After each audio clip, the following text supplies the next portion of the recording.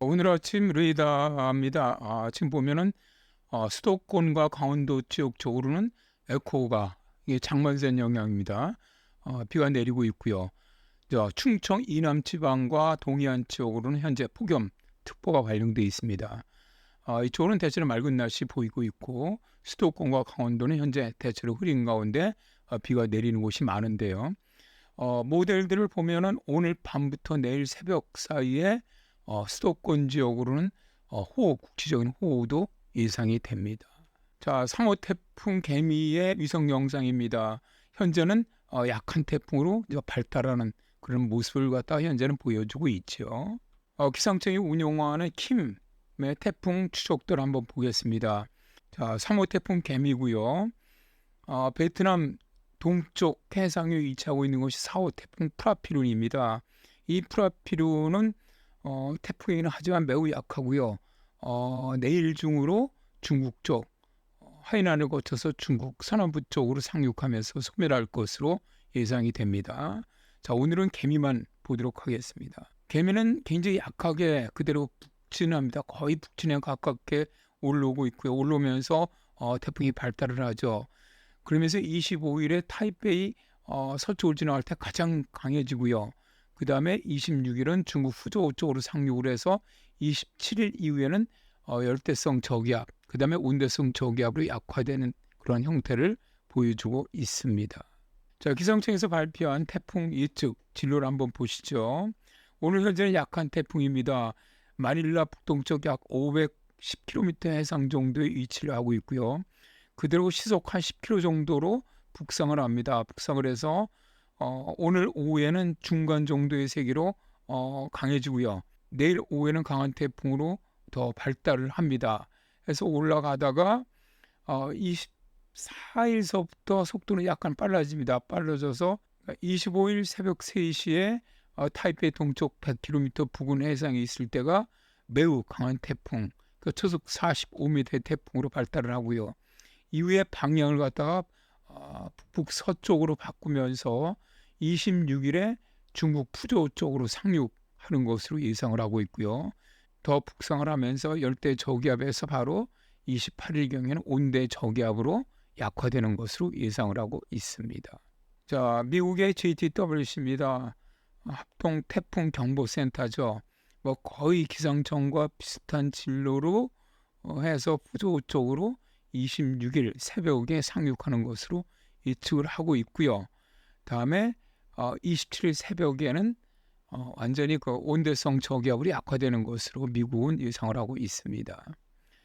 일본 기상청입니다. 일본 기상청도 거의 한국이나 미국이나 비슷하게 25일에 가장 강하게 발달한 상태로 타이페이 동쪽을 지나서 그대로 꺾이면서 푸저우 쪽으로 상륙을 해서 27일에는 온대성 저기압으로 약화되는 것으로 그렇게 예상을 하고 있습니다. 영국 모델입니다. UM도 역시 마찬가지로 약간 시간 차이는 있습니다. 25일에 타이페이를 이때는 지나가죠. 9시입니다. 그래서 중국 후저우 쪽으로 상륙을 해서 27일 정도에는 온대성 저기압으로 약화되는 것으로 그렇게 예상을 하고 있네요. ECMWF입니다. 유럽 중기청 예보도 타이페이로 가서 급격히 북서쪽으로 방향을 바꾼 다음에 올라가서 이미 27일 정도에는 열대성 저기압이 약화됩니다. 그래서 저기압 상태로 그대로 시리즈 쪽으로 진행하는 것으로 예상을 하고 있네요. 앙상블 한번 봅니다. 미국 기상청에서 활용한 GFS입니다. 좀 보면은 푸저우 쪽으로 상륙을 해서 내륙으로 들어가기보다는 약간 해안 쪽으로 좀 더 가까이 가면서 시리즈 쪽으로 빠져나가는 그런 모습입니다. 이미 내륙에 있을 때 저기압으로 변했고요. 온대성 저기압으로. 이거는 저기압 이동해가는 경로를 나타내는 것이죠. 다음에 캐나다 기상청의 엉상블 모델을 한번 좀 보시죠. 이건 역시 마찬가지로 지금 현재 미국이나 일본 기상청이 예측하는 식으로 그대로 내륙으로 올라갔다가 27일경에 그대로 방향을 바꿔서 가는 것으로 예상을 하고 있네요. 이때는 열대성 저기압이고 28일 정도 가면은 온대성 저기압으로 약화되는 것으로 현재 예상하고 있습니다.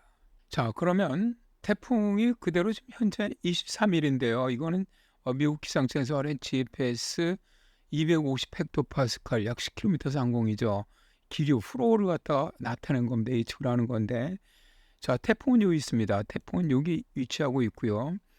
자, 이 태풍이 올라오면서 좀 여러 가지 왜 가면서 그대로 우리나라 쪽으로 올라오지를 못하고 여기서 타이페이 쪽으로 가고 중국 쪽으로 들어서 꺾이는지, 이제 여기는 북태평양 고기압이 확장한다는 그러한 그 영향도 있을 것으로 보이고요. 다만 이 상층 기류를 보면은 현재 이 기류가 보면은 현재 이렇게 하고 내려옵니다. 내려오는 기류가 있다 보니까 이 태풍이 올라가면서 이 기류를 만나게 되면은 이 기류를 뚫고 올라가지 못하죠.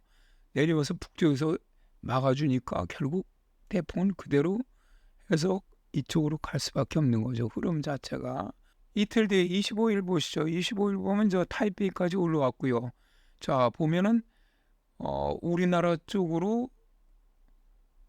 이 이제 북태평양 고기압이 이렇게 이제 위치를 하고 있죠. 위치하고 있고 결국 이 북태평양 고기압 축을 따라서 올라가는 형태가 이제 돼버리고요. 그 다음에 방향이 바뀌는 것은 북쪽에 이제 제트 기류가 내려오는 게 있습니다. 이 제트 기류가 동쪽으로 빠져나가면서 올라왔던 것이 그대로 그 제트 기류를 타고 진행하는 것이 아니냐, 그렇게 생각을 하고 있습니다. 자, 태풍이 필리핀 동쪽에서부터 타이완으로 해서 중국 쪽으로 들어가서 꺾여서 이런 식으로 진행을 하게 되면은 가장 큰 피해가 발생하는 나라는 타이완과 저 중국의 그 남부 쪽 지역들이 아주 굉장히 피해가 클 것으로 일단 보이고요. 우리나라는 뭐 직접적인 영향을 얻겠습니다. 다만 24일서부터 너울이 들어오면서 너울의 영향은 좀 있을 것으로 보이고요.